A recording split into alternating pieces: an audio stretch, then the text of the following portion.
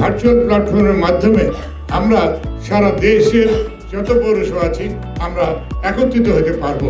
আমরা শেয়ার করব যে আমরা অন্য আরেকজনের ভালো কাজগুলো আমার ওখানে কিভাবে নিয়ে কাজ করতে পারবো। এটি শুধুমাত্র আমাদের পৌরসভাগুলি উন্নয়নের সহায়ক হবে না, বরং আমাদের জনগণের জীবনমান উন্নয়ন করতে গুরুত্বপূর্ণ ভূমিকা পালন করবে। আমি বিশ্বাস করি আমরা সবাই মিলে একসাথে কাজ করলে আমরা পরিবেশটাকে একটা পরিবর্তিত দেশ বানাইতে পারবো।